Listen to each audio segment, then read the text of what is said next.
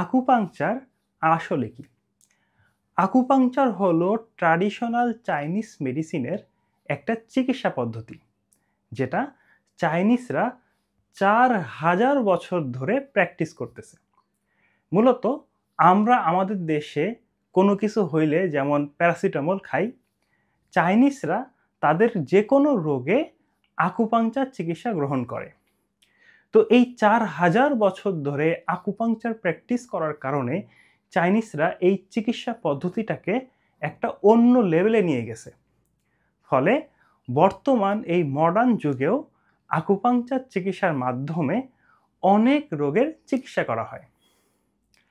আকুপাংচারের theory মতে আমাদের শরীরটাকে 12টা মেরিডিয়ানে ভাগ করা হয়েছে এবং এক্সট্রা 2টা, টোটাল 14টা মেরিডিয়ান আছে। এই মেরিডিয়ানের মধ্যে শক্তি প্রবাহ, যেটা চায়নাই ভাষায় চি বলা হয়, এই শক্তি প্রবাহ যখন বাধাগ্রস্ত হয় তখনই বিভিন্ন রোগ দেখা দেয়।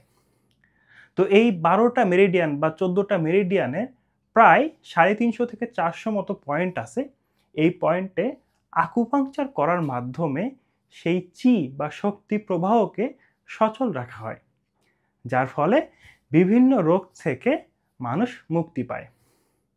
তো বর্তমান এই যুগে এসে আমরা সব রোগে আকুপাংচার প্র্যাকটিস করি না। যে সমস্ত রোগে আমরা প্র্যাকটিস করার পরে ভালো রেসপন্স পাইছি, সেই রোগগুলোতেই আমরা আকুপাংচার করে থাকি।